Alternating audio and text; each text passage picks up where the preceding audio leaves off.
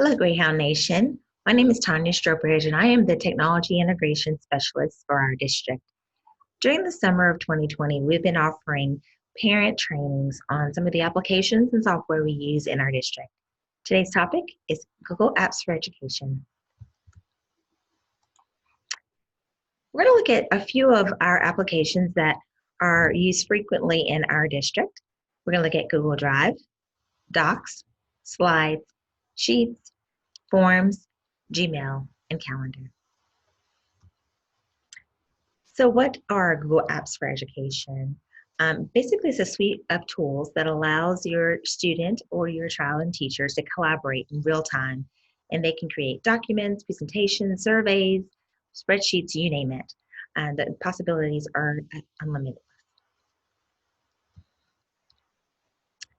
How do we access our Google Apps in our district? You log in with your school account or your child's account, student account, and then you go to the waffle, which is in the upper right corner in Google Chrome. It's often called the Google Apps Launcher, or I call it a Rubik's Cube or a box of 9 dots, whatever you choose. And you would notice a drop-down box that would appear. You will see, you can find the icons listed here at those applications, or you can just type in the name of the platform, .google.com. You can access the apps anywhere, anytime, as long as you have internet connection. The first one is Google Drive. Think of Google Drive as a hub for organization and management in Google. Anything that your student creates in a Google application will be saved here in their Google Drive. They can rearrange and name and organize their files and folders in Google Drive, as well as anything that's done within a Google Classroom automatically has a file, a folder for them in their Google Drive. The beautiful thing about Google Drive is that you can also access it anywhere. And also you can download the app for most of these on your phones. The next is Gmail. Mostly for our secondary students, teachers may communicate via email, and we use the Gmail application to do so. Sometimes the teacher shares information this way, or they communicate on how to turn in things via email. Not so much in our lower elementary, but do know that they do have an email account. But they must be logged in using their school credentials.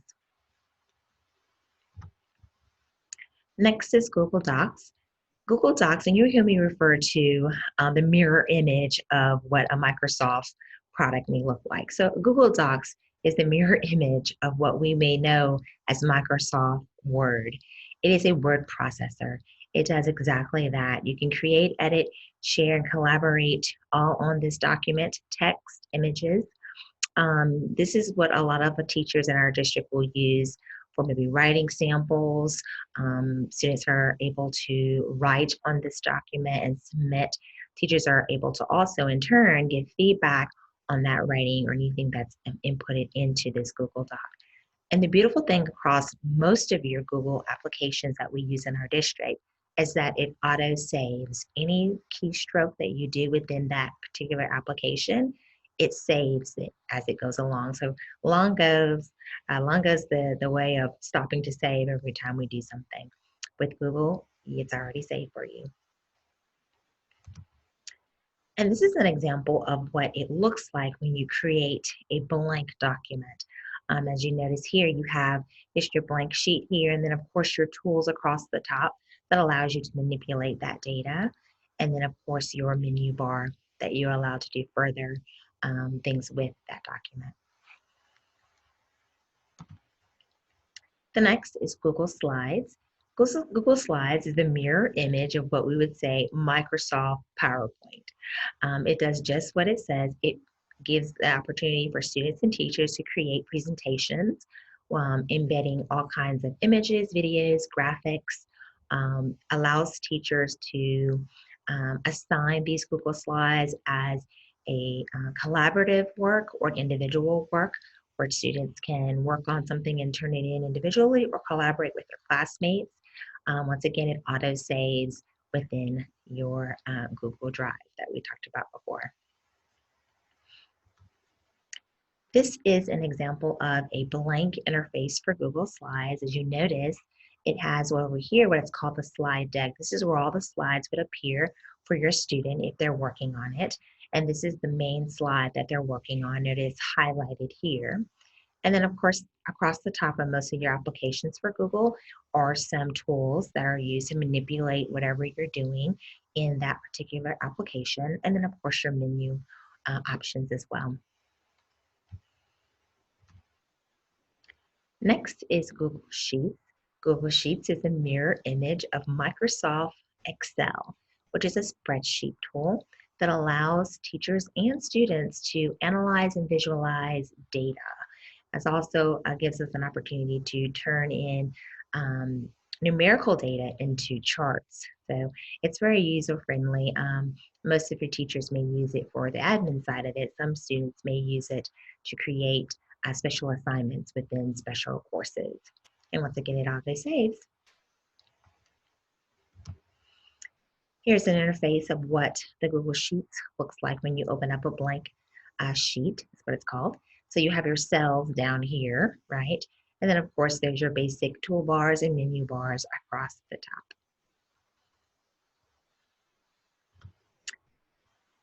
We have Google Forms. This is probably one of the most used and common Google applications across our district, and you have been a recipient, if you are a parent or guardian of our district, of a Google form. If you filled out a survey, or if your teacher asked you to fill out a questionnaire, most likely they use a Google form. And a Google form allows the teacher to gather and to receive information or data. So that whether that be from a quiz from your student or a survey from you or both of the student, this is the survey administration tool that is used. And so a blank form looks like this. It would have the title of that particular form and then maybe several questions that is listed here for your student or child to complete. Next is Google Calendar. Google Calendar syncs with your school email account. So it's an online calendar that allows for your student to stay organized. The beautiful thing that I like about the Google Calendar is that you can create tasks. You can also, it also syncs with Google Classroom. So anything that is assigned in Google Classroom will be placed on that calendar. So it's a quick check to keep everything in order and to help you stay organized. And last but not least, I do believe, is Google Classroom. This is our blended learning program that we use throughout the district. This is where the hub of assigning and collecting work from the teacher takes place. So a student joins a classroom, right, with a code from their teacher or an invite from their teacher.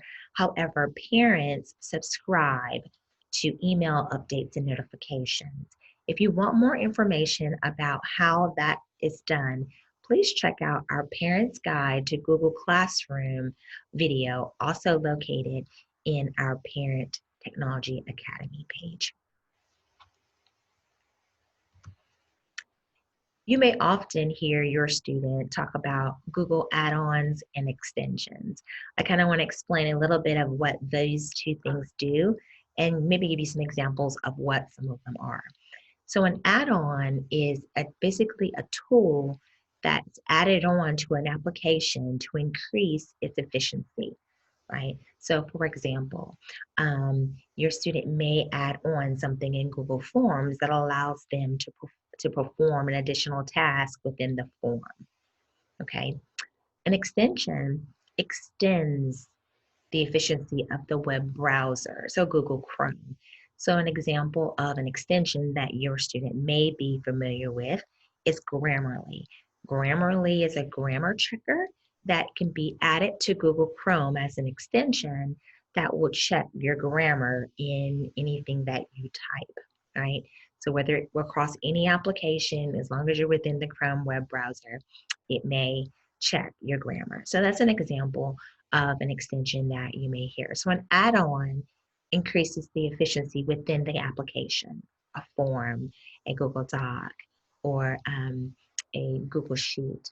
However, an extension improves the efficiency within that web browser. So it's not restricted to just that one application. Okay, that concludes our presentation. Very sweet overview of our Google Suites or Google Apps for Education. There are many others that maybe your teacher utilizes, but the ones that we went over today are the most frequently used and common along the district. If you have any questions about any of the applications, please don't hesitate to reach out to your child's teacher for further clarification. And thank you for your time. You have a great day.